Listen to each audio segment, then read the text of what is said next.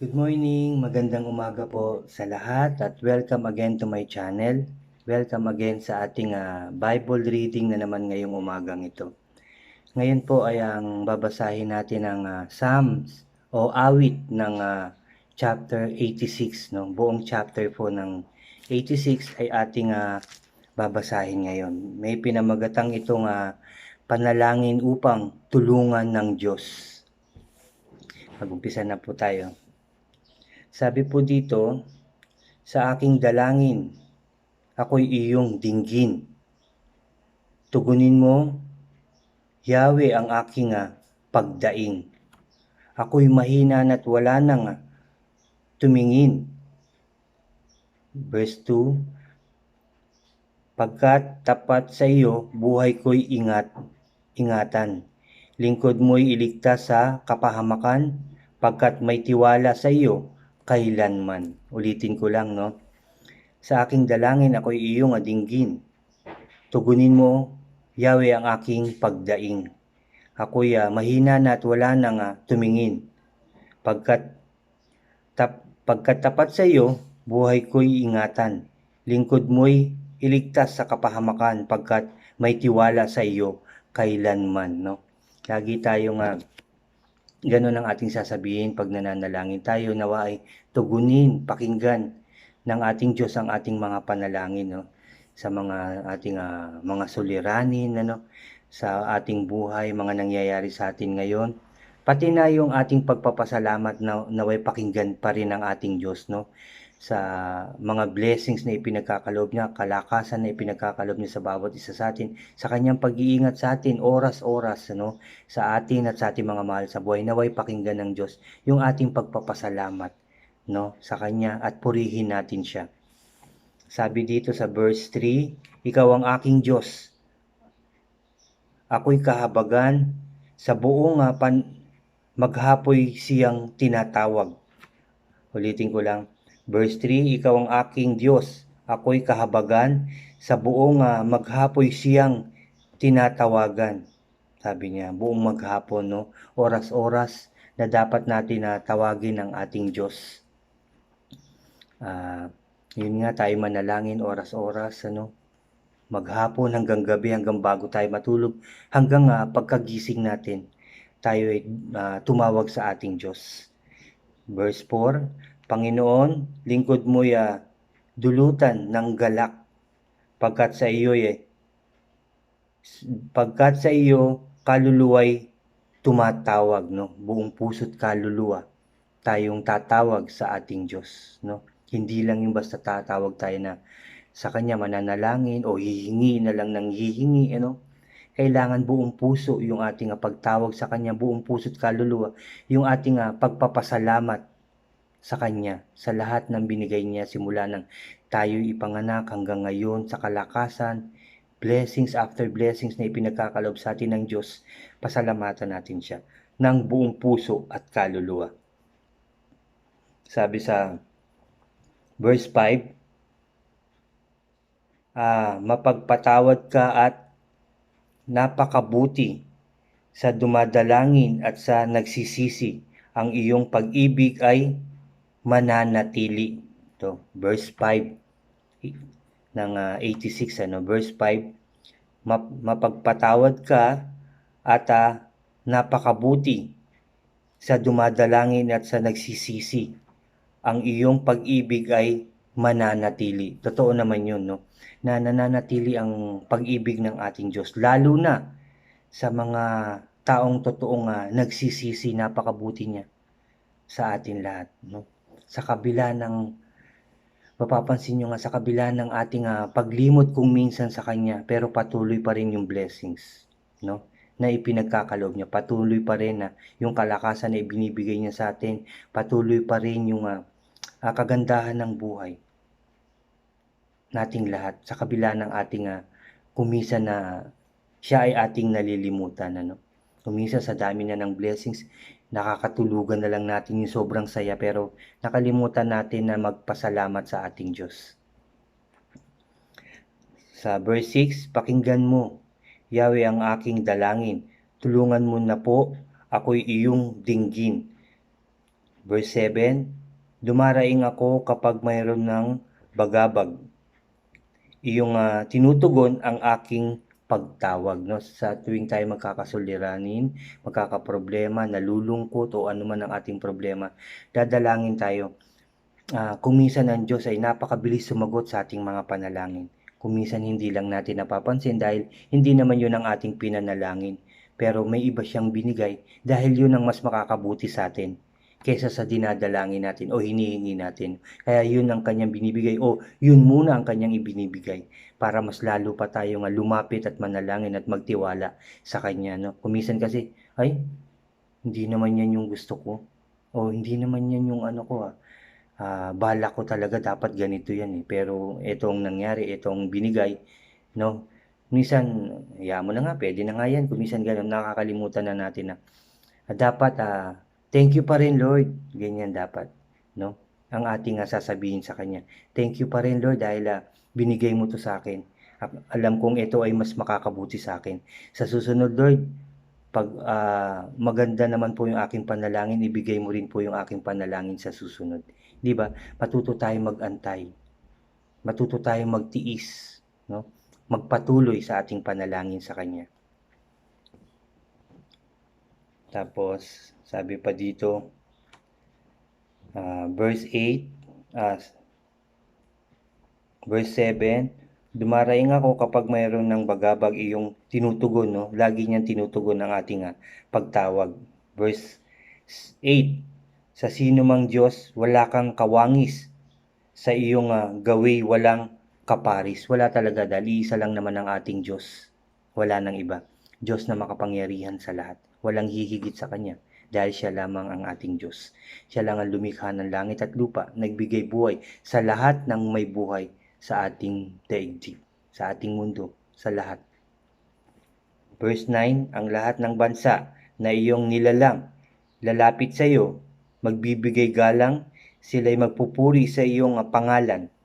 Dapat lang na siya'y purihin natin. Buong mundo, no? Lahat, yung mga, pansin nyo, no? Sa ating mundo, may mga kanya-kanyang sinasamba. May mga Buddha, di ba? Buddhism, mga ganyan. Iba-iba, may mga sumasamba sa araw, hindi ba? Kung ano-anong Diyos-Diyosan. Pero sinabi niya mismo sa Biblia na hindi dapat tayo manalangin o sumamba sa ibang Diyos-Diyosan kundi siya lamang. Kasuklam-suklam yun, yung pagsamba sa Diyos-Diyosan, no? O gawa ng mga tao lamang. Kasuklam-suklam, sabi ng Diyos yun. Siya lang ang ating Diyos, siya lang ang dapat sambahin. Buong mundo, siya lamang ang dapat sambahin, purihin, pasalamatan, no? Siya lang. Walang iba. Buong bansa, Japan man yan, China man yan, lahat, buong mundo, lalong-lalo na tayong Pilipinas. Dapat siya lamang ang ating sambahin, papurihan, igalang, mahalin, sampalatayaan natin ang ating Diyos na iisa lamang at wala nang iba.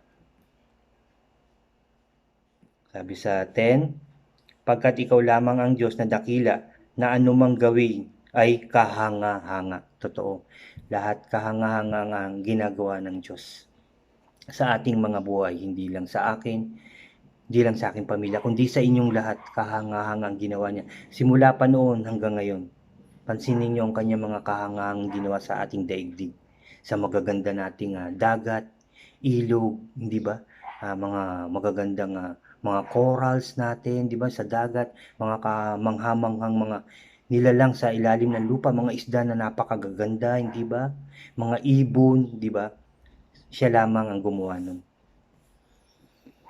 Sabi pa dito sa 11, ang kalooban mo'y ituro sa akin at tapat ang puso ko na ito'y sundin. Turuang maglingkod ng buong taimtim. Ulitin ko lang, verse 11, ang kalooban mo'y ituro sa akin, yung kanyang kalooban, yung kanyang kagustuhan, no? Ituro nawa sa atin lahat. Ang tapat ang puso ko na ito'y susundin. Turuang maglingkod ng buong taimtim. Turuan ng tayo ng Lord, bigyan ng sapat na kalakasan, sipag sapat na talino para tayo makapaglingkod sa Kanya ng buong puso at kaluluwa pa rin. Laging ganun. Lagi ang gagawin natin para sa Diyos dapat buong buo, buong puso, buong kaluluwa dapat, no? Buong lakas natin dapat ang ating gagawin, ang ibibigay para sa ating Diyos, no?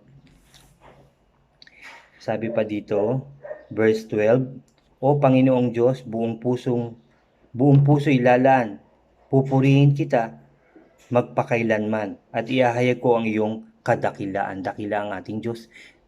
Dapat lamang na i-share natin, ihayag natin sa ibang tao yung kanyang kadakilaan, yung kanyang kabutihan, yung mga ginawa niya sa atin. Tayo yung magiging patotoo na ang Diyos ay mabuti, makapangyarihan. Ano yung ginawa niya sa atin na pagbabago, yung ginawa niyang pagbabago sa ating mga buhay, no?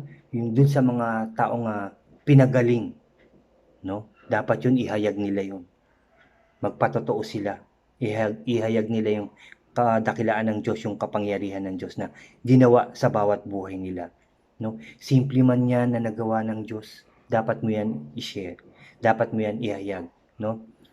Sa aking buhay, marami siyang binago. Noon kasi, wala lang, sige lang, inom lang, ganyan, kabataan, inom, sigarilyo, ganyan, kung ano-ano lang ang ginawa. Natutong magtrabaho, makapag-abroad, inom lang din. Minsan mas naiisip ko pa yung, although nagsisimba sa Catholic Church ako nung panahon na yon, nagbibigay naman, no? At ibig sabihin, pero alam nyo ba yung syempre yung ang naiisip kagad hindi naman din masama na mag-isip na pag-uwi ko yung mga anak ko ganyan. No, tama lang yun kasi pinaghirapan mo yun. Pero kailangan mo rin na magbigay sa Diyos. At dapat siya ang unahin mo, di ba?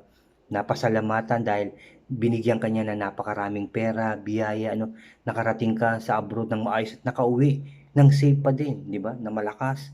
O yung iba, gumanda, pumugi, hindi ba? Dapat yun pagpasalamat natin sa ating Diyos. Hindi yung puro lamang yung magpapainom ako, papakain ako, bibili ko ng ganito, bibigyan ko si ganyan. Hindi man masama, ano? Pero kumisan nakakalimutan natin ang Diyos. Kumisan, pagkatapos nun wala na, naubusan ka na pala ng pera, walang kang nailagay sa maayos, no? Yun yung ibig kong sabihin. Dapat ay ilagay sa maayos yung biyaya ng Diyos na binigay sa atin. Unahin natin ang Diyos palagi, no? Sabi dito, verse 13, sabi niya, O pagkadakila, pag-ibig mong wagas, dahil sa pag-ibig ako'y iniligtas, di hinayaang masadlak sa daigdig ng mga patay. Ibig sabihin, hanggang ngayon, dakila ang Diyos at mapagmahal, malakas pa rin tayo at buhay. Hindi ba? Sa dami-daming nangyayari sa ating mundo, malakas na malakas pa rin tayo, lalo ako. Salamat sa Diyos. Salamat sa ating Panginoong Kristo. Salamat sa Holy Spirit dahil patuloy niya akong binibigyan ng kalakasan, tamang puso, no? At talino para maihayag ko ito, maishare ko sa inyo ang kanyang salita. Salamat sa Diyos. Patuloy na ako'y nakakapag-share sa inyo, no? Sabi dito, mayroong mga taong ayaw kang kilalanin, taong marahas na ang adhikain ay labanan, ako't ang buhay ay kitilin. Yung mga taong nag-iisip lamang ng masama, di ba? Yung gumawa ng virus na nakapatay ng halos sa ilang libong tao na, ilan na ang nahawahan, hindi ba? Yun lamang ang kanilang naiisip, no? Yung kaharasan. Hindi na lang ang isipin nila yung magiging ikakaayos, yung mag-imbento na lang ng mas uunlad pa ang ating bansa, mas uunlad pa ang ating mundo na ikagagalak ng Diyos. 'Di ba? Yung ikagaganda ng ating bawat bansa, yung ikatatatag, 'di ba? Yung mas maganda, mas magiging maligayang mga tao, hindi yung puro kalokohan lang na itatayo mo sa isang bansa o sa isang lugar. Dapat puro kagandahan lang, no?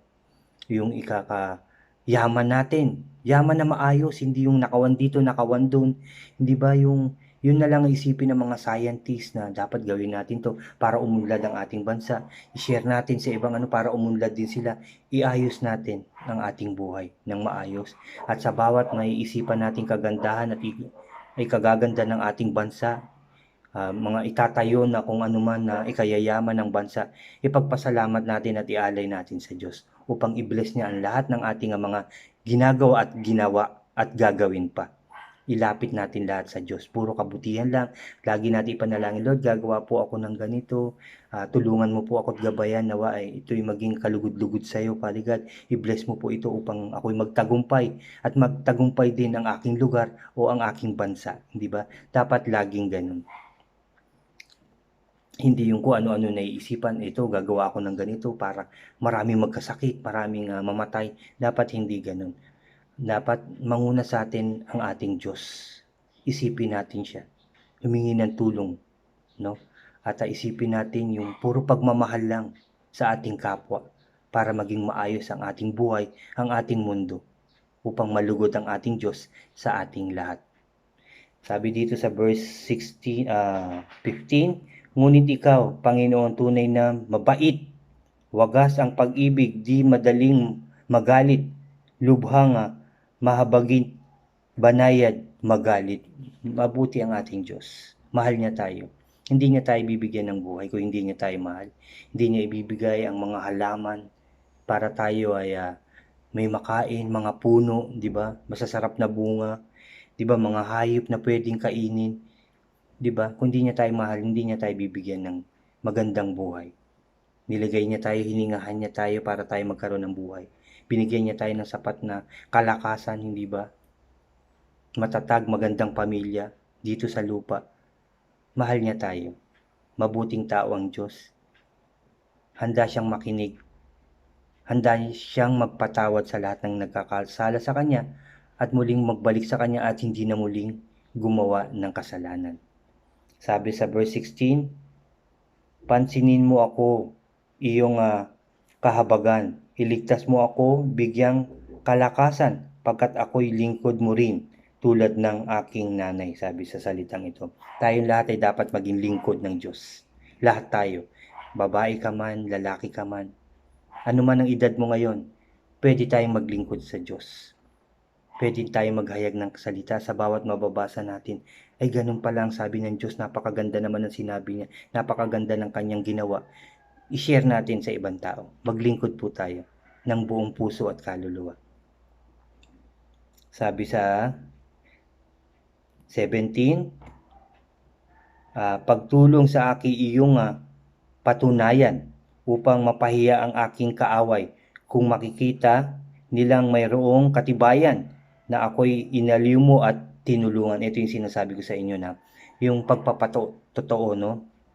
Sa ating buhay, i-share natin yung ginawa ng Diyos upang mapahiya ang mga kalaban. Diba? Bakit siya nagkaganyan? Bakit siya nabago? Totoo ba na ang Diyos ang nagbago sa kanya? Patunayan natin. Pakita natin sa kanila na nagbago talaga tayo. Yun nga yung kinukwento ko kanina na maraming binago sa akin ng Diyos na yun nga puro kung ano-ano lang ang naiisip, no? Barkada, inom lang, no? Sigarilyo lang, ganyan. Punta lang dito, bili lang ng ganun. Pero binago niya ako. Inalis niya, dahan-dahan yung aking halos bisyo na kasi halos parang araw-araw na ako nagiinom. Ang sigarilyo, sige lang ng sigarilyo, di ba? Pero nakakasama po sa atin ng gusto yun, sa ating katawan. Pinapatay nung dahan-dahan ng ating katawan. Binigyan tayo ng malakas ng katawan ng Diyos, pero hinahayaan natin itong manghina. Hinahayaan natin na magkasakit. Tayo rin mismo ang gumagawa nun. Pag nagkasakit na, anong sasabihin? Lord, bakit mo ako binigyan ng sakit? Sinabi ba ng Diyos na mag-inom ka araw-araw? Sinabi ba ng Diyos na magsigarilyo ka? Sinabi ba ng Diyos na magpuyat ka araw-araw? O magpakapagod ng husto para lang magkapera ng sobra-sobra? Hindi ba? Walang sinabing gano'n ng Diyos. Lahat tama ang sinasabi ng Diyos. Wala siyang tinurong masama sa atin. Kaya kung tayo magkakasakit, kung tayo biglang sobrang pagod at halos hindi na makabangon, huwag natin sisisihin ng Diyos. Dahil tayo rin ang gumawa nun. No, kaya lagi tayong humingi ng gabay. Tamang puso't isipan ang hingi natin sa Diyos. Tamang puso't isipan. yung malinis na puso't isipan ang hingin natin sa Diyos araw-araw para tayo kanyang gabayan at turuan. Yung ways niya ang ituro niya sa atin. Yun ang hingin natin araw-araw upang tayo maging maayos, masaya, masagana at maging mas matagumpay. Kasama natin ang Diyos, di ba? Araw-araw, sama na natin siya sa ating buhay upang mas lalo tayong maging matagumpay.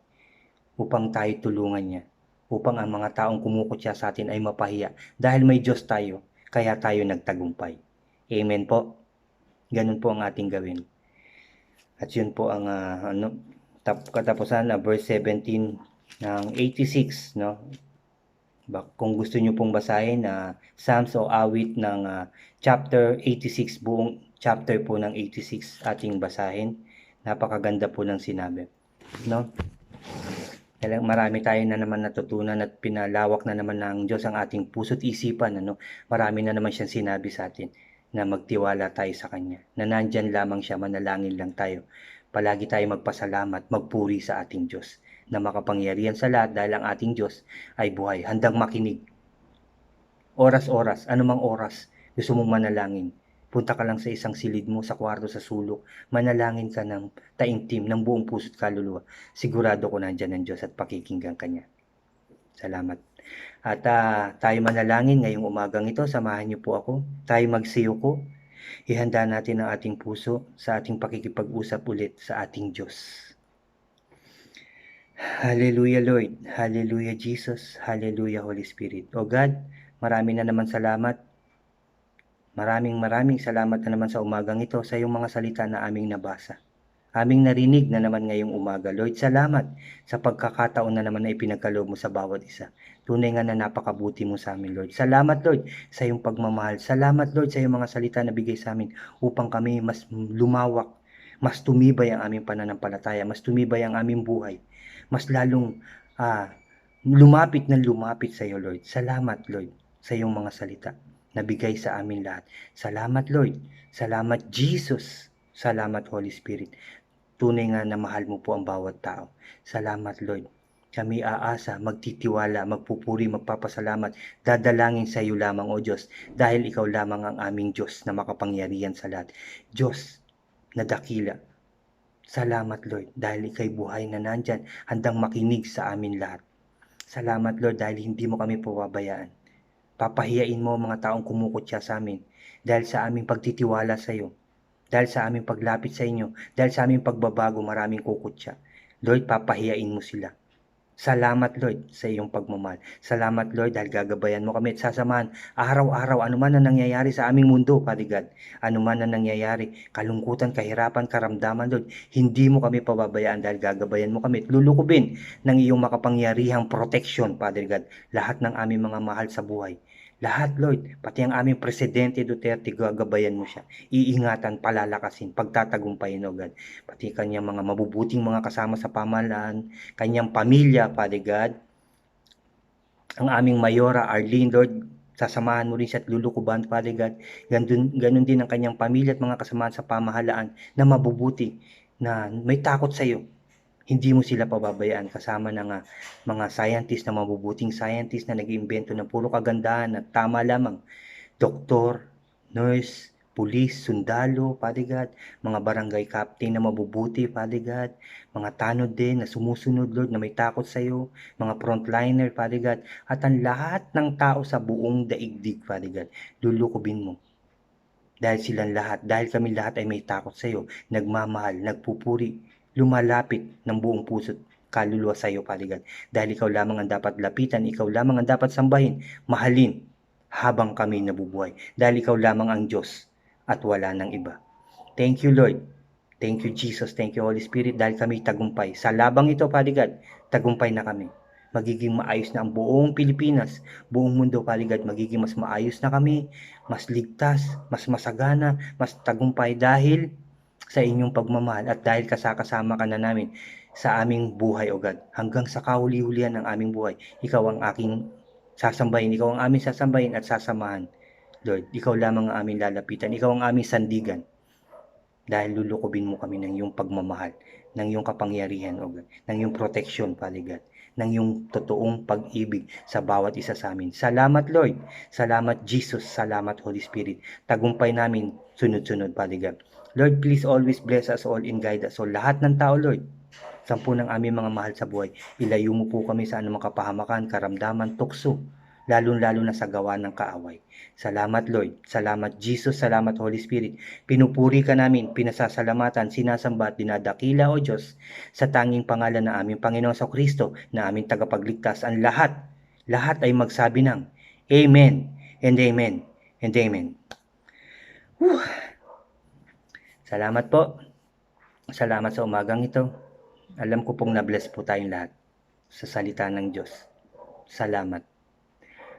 Sa mga bago po sa aking channel, Jipan De Leon po ang aking channel, at mag-subscribe po kayo, i-like nyo po ang ating mga videos, at mag-subscribe po kayo para updated po kayo sa iba ko pang mga videos na i-upload po. Salamat pong muli. Mabuhay po kayong lahat, mabuhay po tayong lahat, at God bless po sa ating lahat. Salamat po.